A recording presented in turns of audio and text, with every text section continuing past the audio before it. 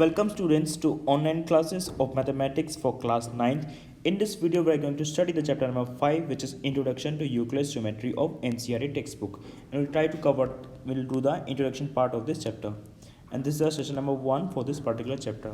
Myself Deepak Gautam, TGT Mathematics in Kendriya Vidyalaya Sangathan.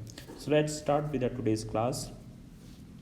Chapter number 5, Introduction to Euclid's Geometry. So before we start, I want to inform you one thing, that this chapter, the chapter number 5, Euclid's Geometry, has been deleted from your syllabus.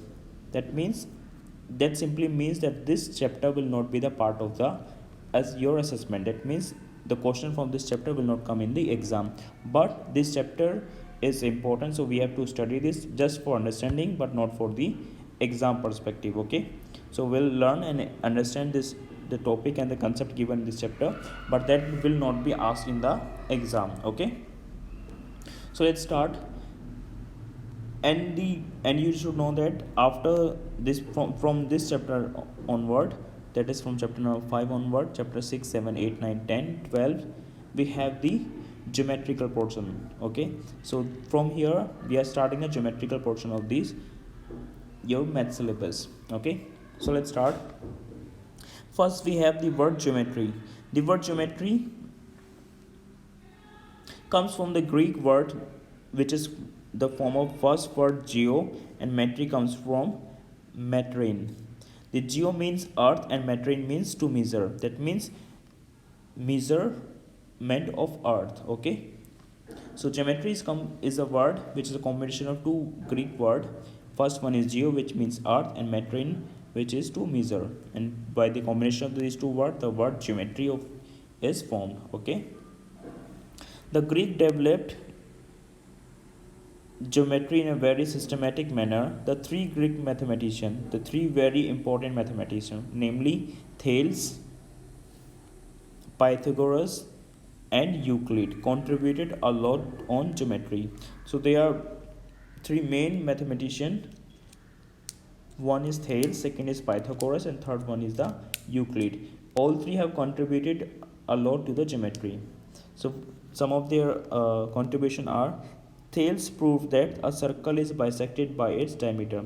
Suppose if you have a circle, when you draw its diameter, the circle is divided into two equal parts. That means it is bisected. This is proved by the Thales.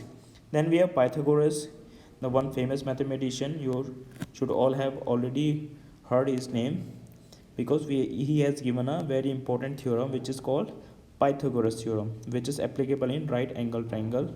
It says the square of hypotenuse, that is AC, will be equal to the sum of the square of base BC plus a perpendicular.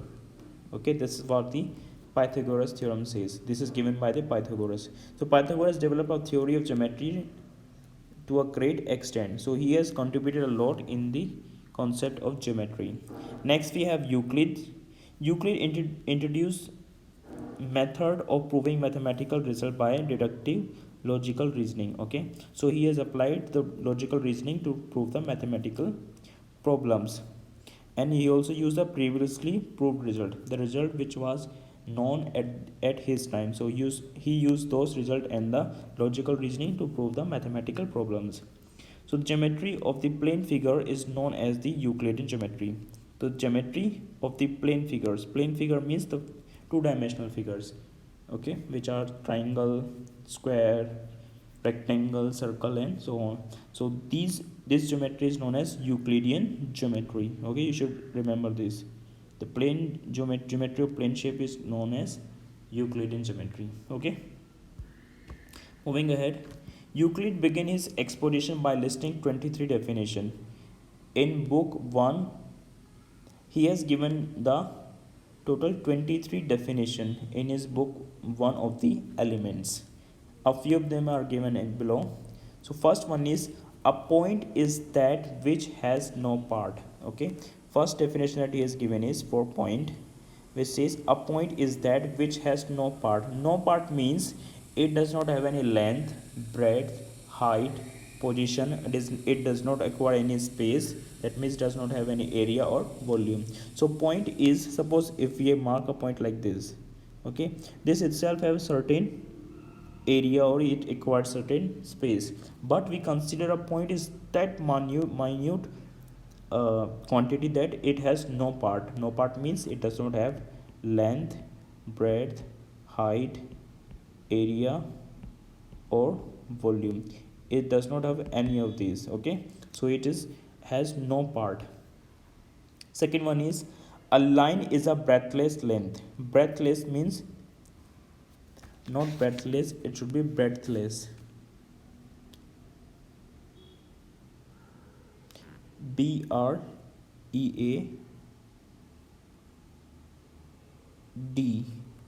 breadthless length. Okay, breadthless means when you draw a line, suppose if when we draw a line, you can see it has certain thickness, right? But in original we consider that a line does not have any thickness. It is such a fine line that it does not have any thickness. Okay, next one is the end of a line are points. It should be R. The ends of a line are points. That means when you draw a line, the end of this line are points. Simply a line is formed by the joining the point like this. We have point 1 here, here, here, here. When you join the one point after the other, you will get a line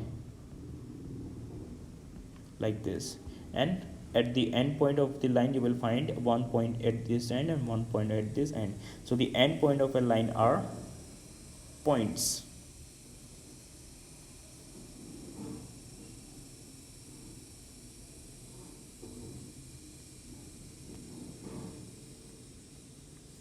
Okay, straight line is a line which lie evenly with the points itself.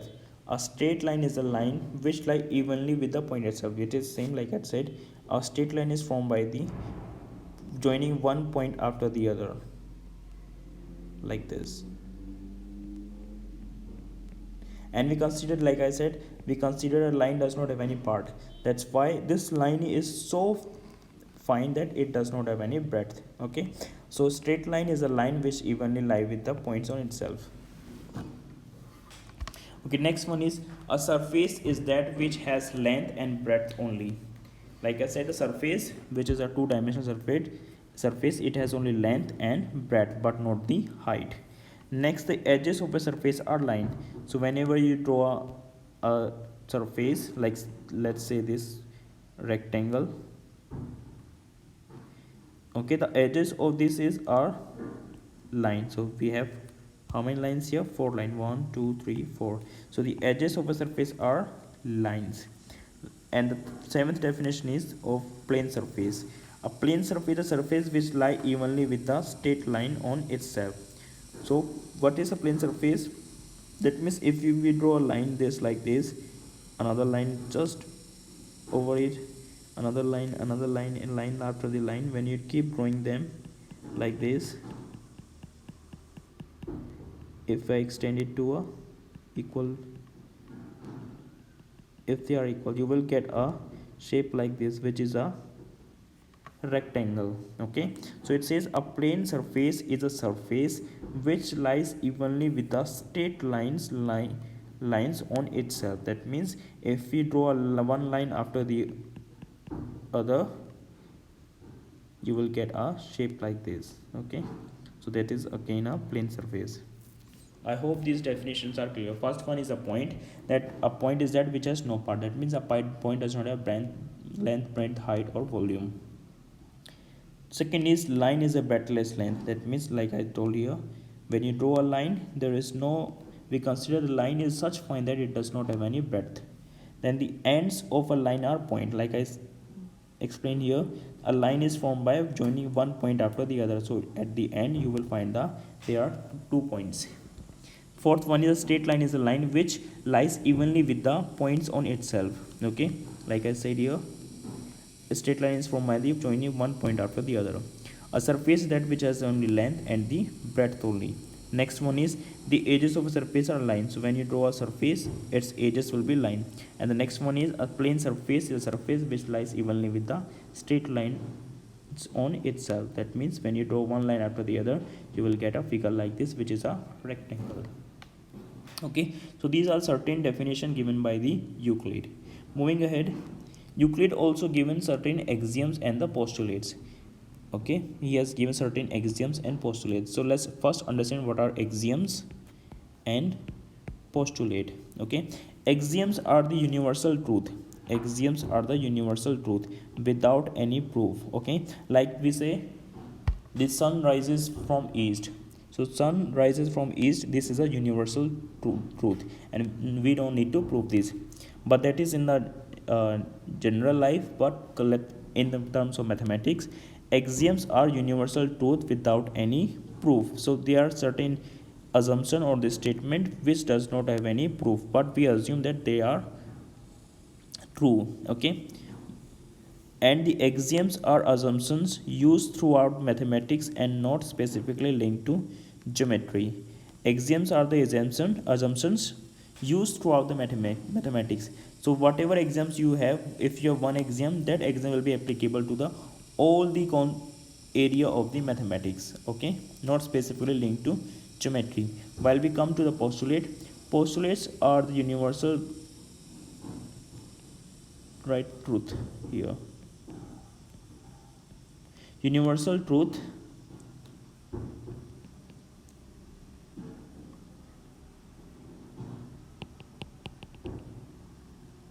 okay, postulate are universal truth without any proof. That means postulate also don't have any proof, but the postulate are assumptions specifically related to geometry.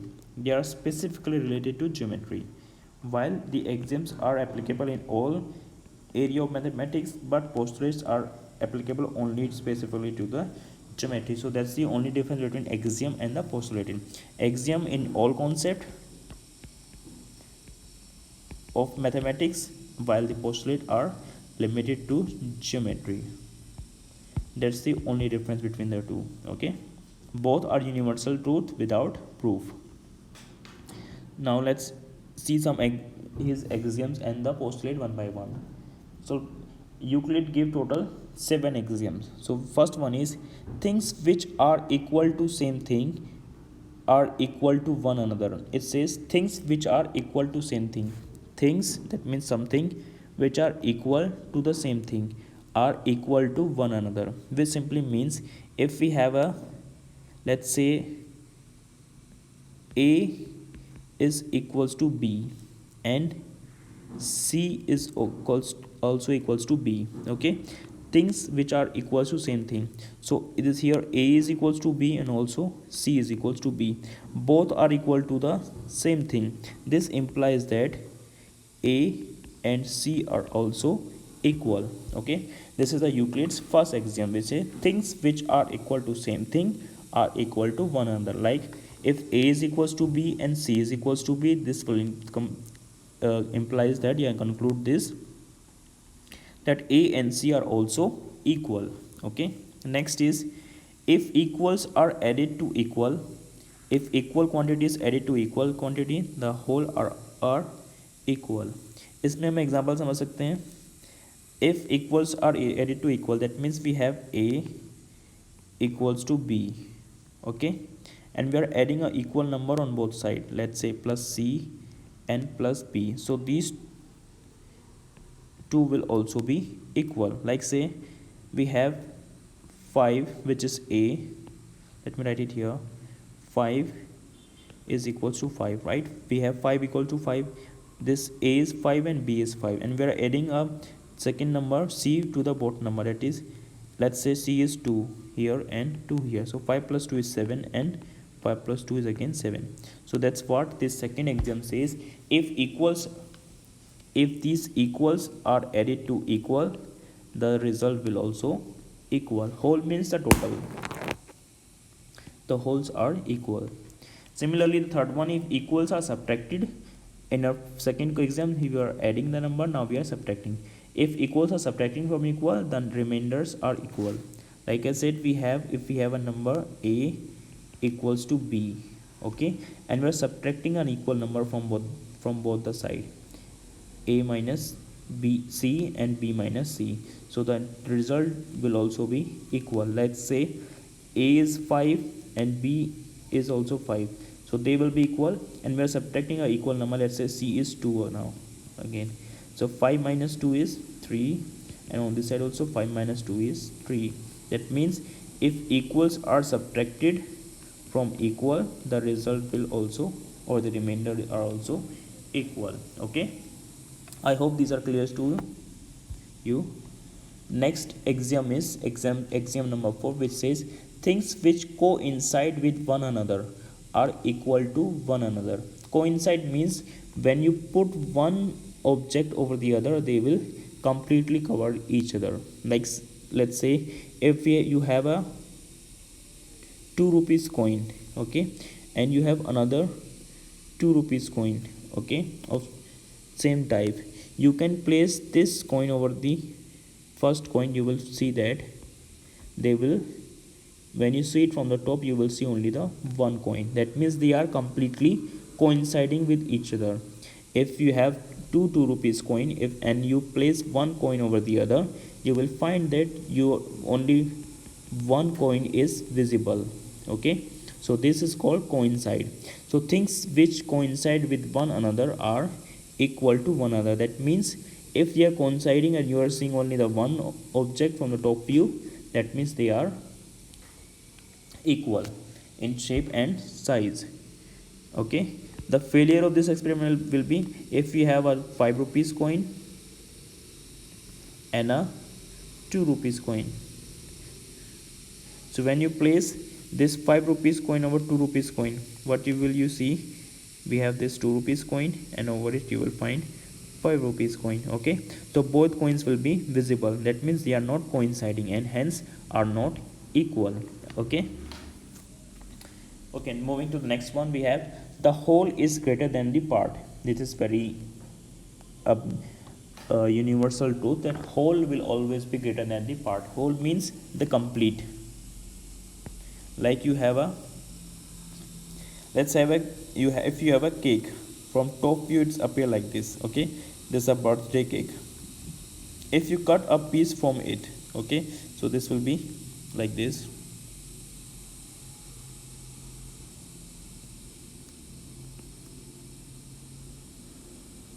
Okay, if you have this cake and one piece is cut from it, so you will have a shape like this.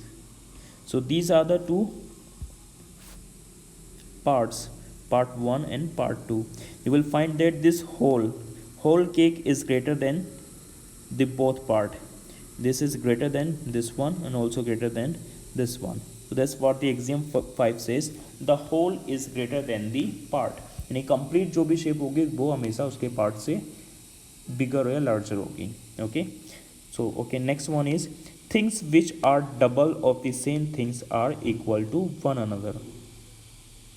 Things which are double of the same thing are equal to one another. That means if you have a number, let's say again 5 and 5, they will be equal, because now we know 5 are equal to 5, and we multiply them by 2, so we are doubling it. In order to double it, we multiplied by 2, so 5 into 2 is 10, and again 5 into 2 is 10, so result is again equal. So that's what the axiom 6 says, things which are double of the same thing are equal to one another. So this 10 are the double of same thing, that is 5 and 5, so they are also equal. Okay, next one is things which are half of the same thing are equal to one another. So it is again similar. If we have a 10 equals to 10 and we divide them by 2, result will be 5 equals to 5. So हमने इसको half कर दिया, by dividing 2 you will get the result as 5 equal to 5. So things which are halves of the same thing are equals to one another. So these are the 7 axioms of the Euclid. Okay, I hope you have understood all of them. So after axiom, here also given some postulate. So these are very important postulates. First one is, like I said, postulates are only limited to geometry. while we had this axiom are applicable in all concept of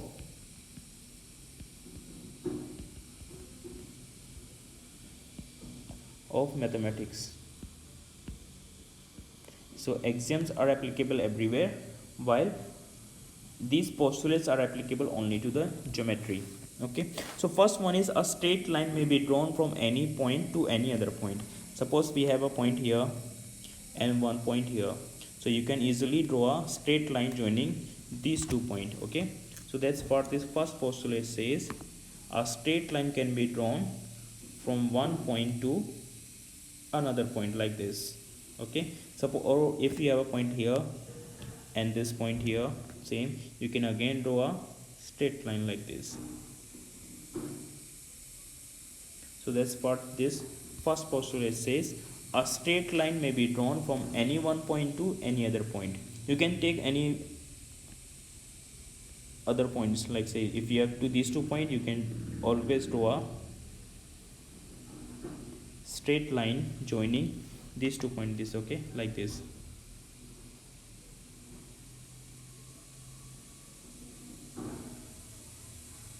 Okay,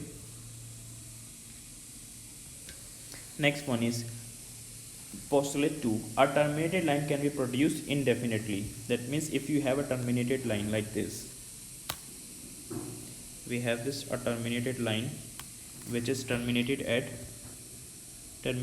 both ends. We have a point here and here, but it's not that we cannot extend it. We can extend this line in both direction again, and that too indefinitely, and similarly from on the other side, and that too again indefinitely. So second postulate said a terminated line can be produced indefinitely in both direction. Okay, next one,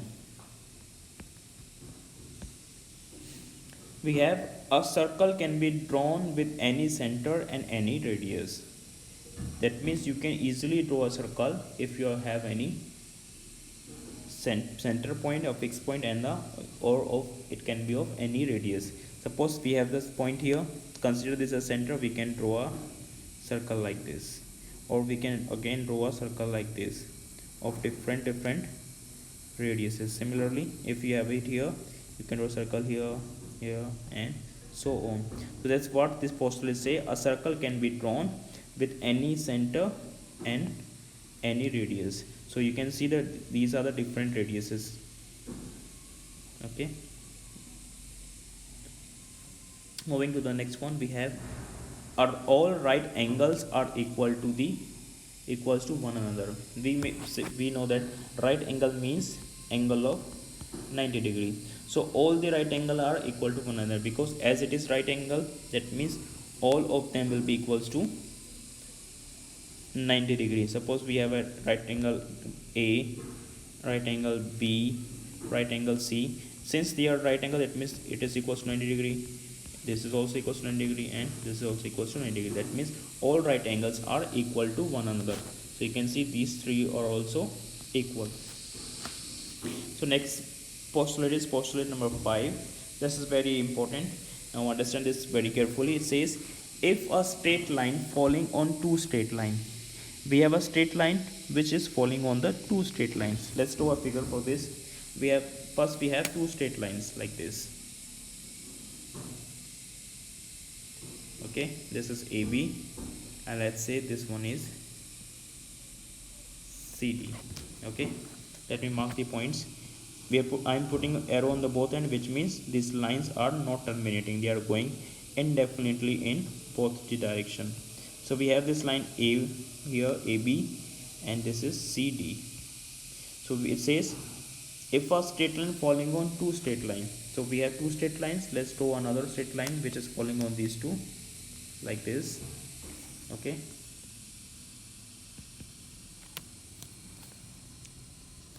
okay, this is a basic figure what it is telling you in the postulate.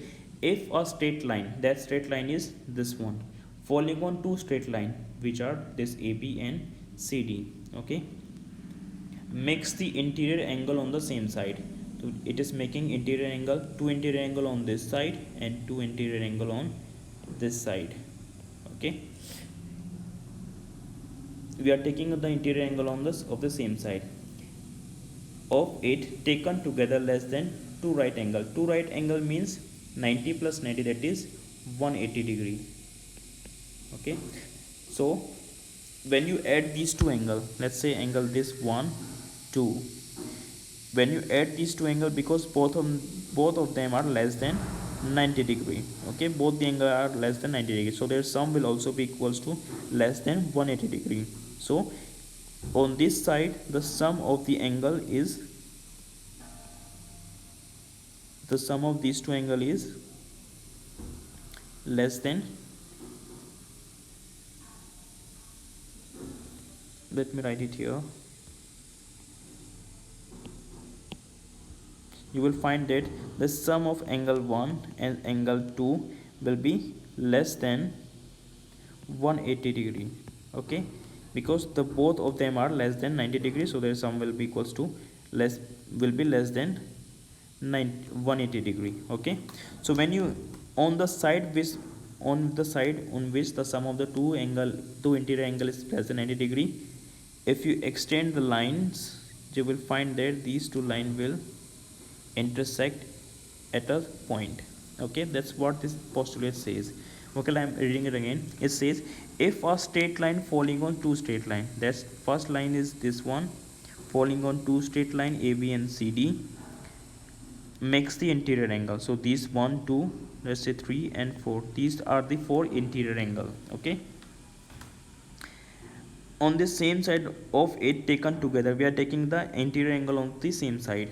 If they are less than two right angle, that means if they are less than 180 degree, then the two straight lines if produced definitely meet on that side on which the sum of the angle is less than two right angle.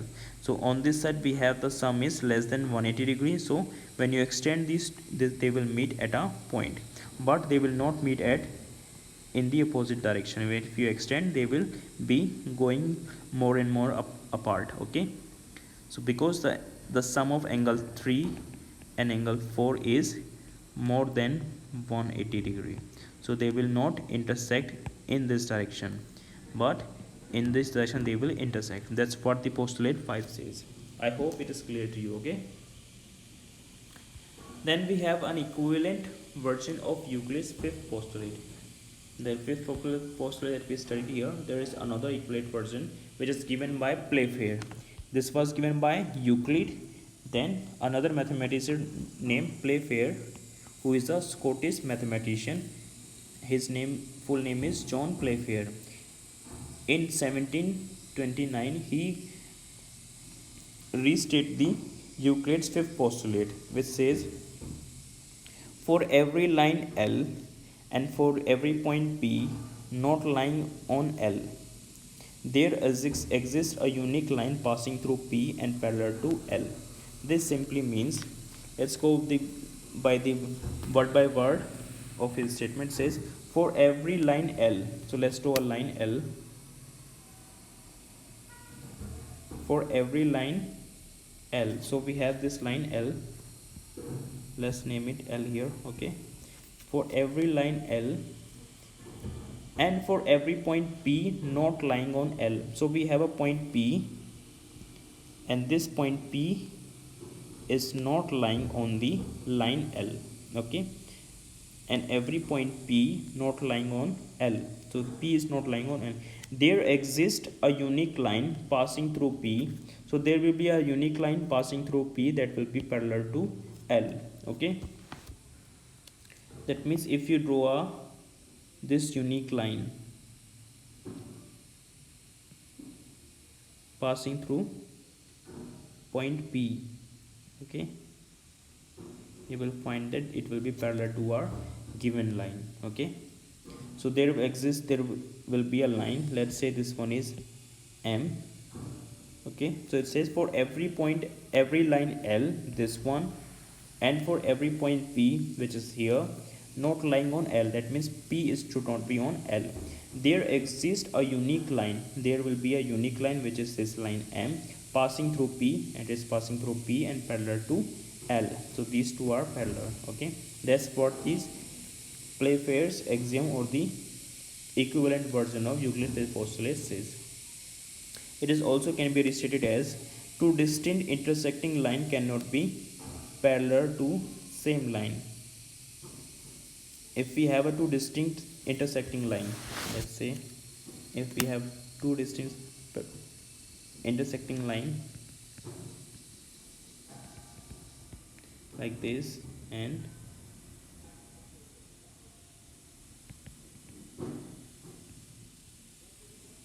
like this, these line, they are intersecting lines and the line cannot be parallel to the same line. These two line cannot be parallel to the same line, either this or this one. Okay, so that's the equivalent version of the Euclid's fifth postulate, or this is also known as Playfair's axiom. Okay, which simply means if you have a line L and there is a point P, there will be a line which will be parallel to our line L. Okay, that's for the Euclid's Playfair's axiom says. Okay, so with this we have completed the all the introduction part of this chapter. These are the basic things which you have to learn, and it will be useful in the coming chapters. Okay, that's why we have covered this, but this will not be covered in your exam. Okay, so that's all for today's class. Thanks for joining here. Thank you.